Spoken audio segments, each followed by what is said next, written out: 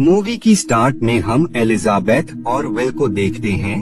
उसी पल वहाँ पर लॉर्ड कटलर आ जाते हैं और वो उन दोनों को अरेस्ट कर लेते हैं, क्योंकि उन दोनों की वजह से कैप्टन जैक स्पैरो, जो कि एक पायरेट हैं, वो पिछले पार्ट में अपनी जान बचाकर वहाँ से भाग गया होता है।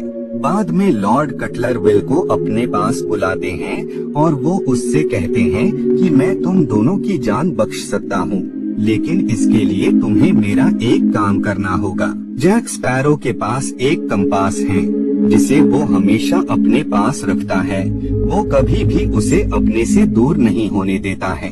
वो कंपास अगर तुम मुझे लाकर दे सको तो मैं तुम दोनों को आजाद कर दूंगा। विल लॉर्ड कटलर की बात पर अग्री करता है और वो वहाँ से निकल जाता है। इधर ब्लैक पर्ल शिप में हम जैक स्पैरो को देखते हैं, जो कि अपने साथियों को एक कपड़े को दिखाता है। उस कपड़े में चाबी की ड्राइंग होती है। जैक अपने लोगों को बताता है कि ये चाबी जरूर ही किसी बड़े से बॉक्स की होगी, जिस बॉक्स को ओपन करने से हम सबको कीमती पत्थर, हीरे और बहुत सारी चीजें मिल सकती हैं।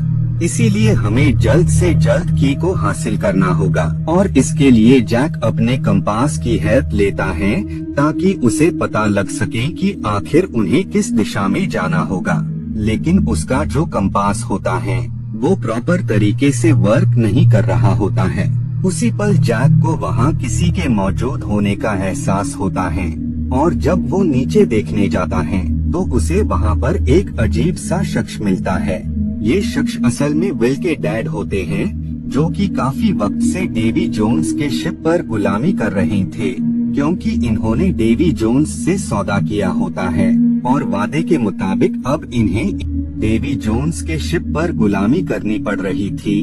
डेवी जोन्स इसी तरह से लोगों से सौदा किया करता था और बाद में वो उन्हें हमेशा के लिए गुलाम बना लिया करता था। खैर, विल के डैड जैक को बताते हैं कि तुम्हारा वक्त अब खत्म हो चुका है।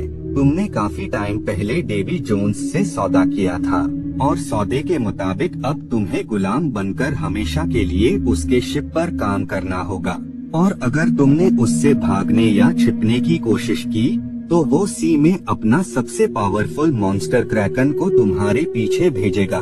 बाद में विल के डैड जैक के हाथ पर एक अजीब सा निशान देकर वहाँ से चले जाते हैं। इधर हम विल को देखते हैं, जो कि जैक की सर्च करते हुए एक टापू पर आ गया होता है।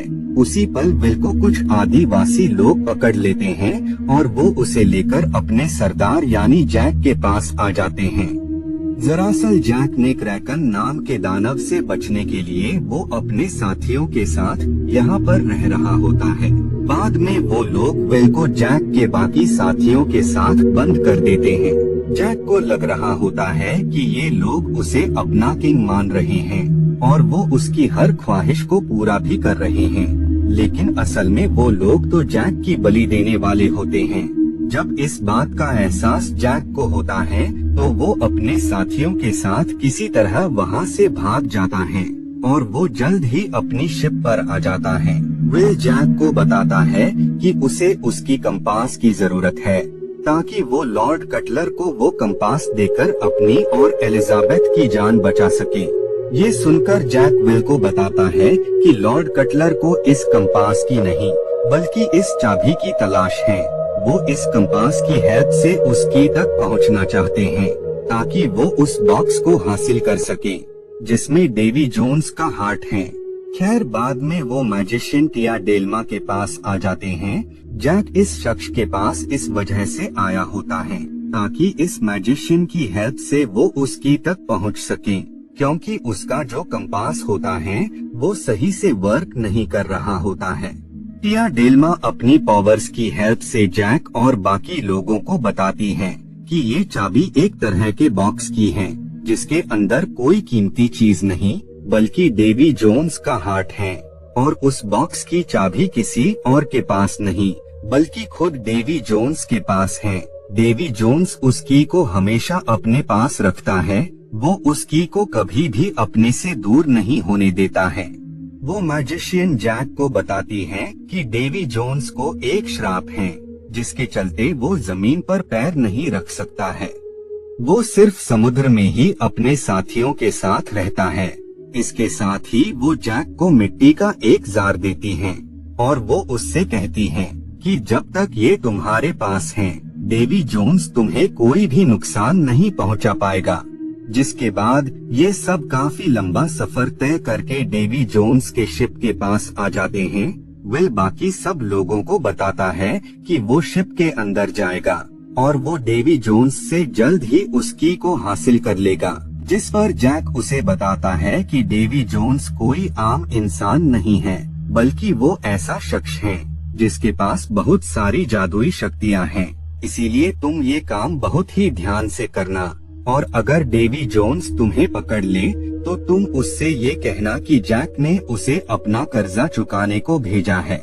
जिसके बाद विल डेवी जोन्स के शिप पर आ जाता है, लेकिन जल्द ही उसे डेवी जोन्स के लोग पकड़ लेते हैं। विल उससे कहता है कि जैक ने अपना कर्जा उतारने के लिए उसे भेजा है। ये सुनकर डेवी जोन्स को काफी गुस्सा आता है और वो अगले ही पल जैक की शिप में आ जाता है।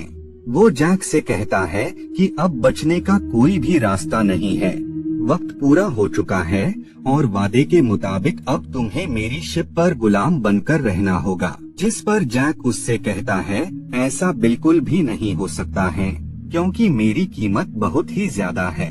डेवी जोन्स उसकी इस बात पर कहता है कि बिल्कुल तुम्हारी कीमत 100 लोगों के बराबर है। मैं तुम्हें 3 दिन का वक्त देता हूँ। अगर तुमने मुझे 100 आदमी दे दिए तो मैं तुम्हें आजाद कर दूंगा, लेकिन अगर तुम ऐसा नहीं कर पाए तो तुम्हें मेरा गुलाम बनना ही होगा। तुम्हारे पास दूसरा कोई चांस ही नहीं होगा। जिसके बाद जैक दूसरी प्लेस पर आ जाता है और वो वहाँ पर लोगों को डेवी जोन्स के हवाले कर रहा होता है, लेकिन जैक ने अब तक बस 4 लोगों को ही जमा कर पाया होता है। इस बात से जैक काफी ज्यादा परेशान होता है।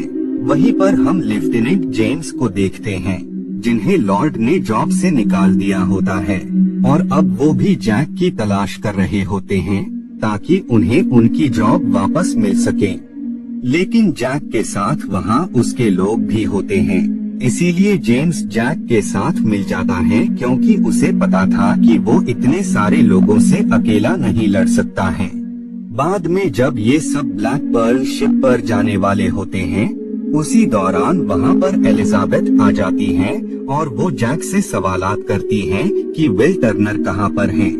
जिस पर जैक उसे बताता है कि वो डेवी जोन्स की कैद में है और अगर तुम उसे आजाद देखना चाहती हो तो तुम्हें उस बॉक्स की सर्च करना होगा जिसके अंदर डेवी जोन्स का हार्ट है। उसी पर जैक कंपास को एलिजाबेथ को दे देता है, जिसके बाद ही वो कंपास उन्हें उस प्लेस की लोकेशन के बारे में बता देता है। ये देखकर जैक और बाकी लोग उसी तरफ बढ़ने लगते हैं। इधर विल उस शिप पर अपने डैड से मिलता है। वो उनसे पूछता है कि आप शिप में काफी वक्त से हैं, तो आपको उस की के बारे में जरूर ही मालूम होगा।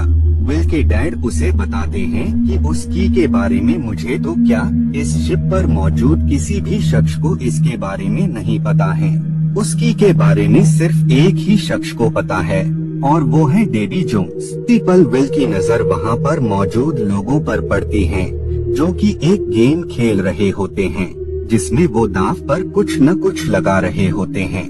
उस गेम को देखकर विल को एक आइडिया आता है और वो उन लोगों से कहता है कि मैं भी इस गेम को खेलना चाहता हूँ, लेकिन मेरा अपोनेंट तुम्हारा बॉस यानी डेवी जोन्स होगा। ये सुनकर डेवी जोन्स वहाँ पर आ जाता है और वो उस गेम को खेलने के लिए रेडी हो जाता है। विल उसे बताता है कि वो इस गेम में अपनी जिंदगी को दांव पर लगाएगा और साथ ही वो डेवी जोन्स से कहता है कि तुम इसमें सबसे कीमती चीज यानी उस चाबी को दांव पर लगाओगे, जिससे उस बॉक्स को ओपन किया जा सकता है, जिस बॉक्स में तुम्हारा हार्ट है। डेवी जोन्स विल की बात से सहमत हो जाता है और वो गेम को स्टार्ट कर देता है और जल्द ही वो गेम में विल को हरा देता है।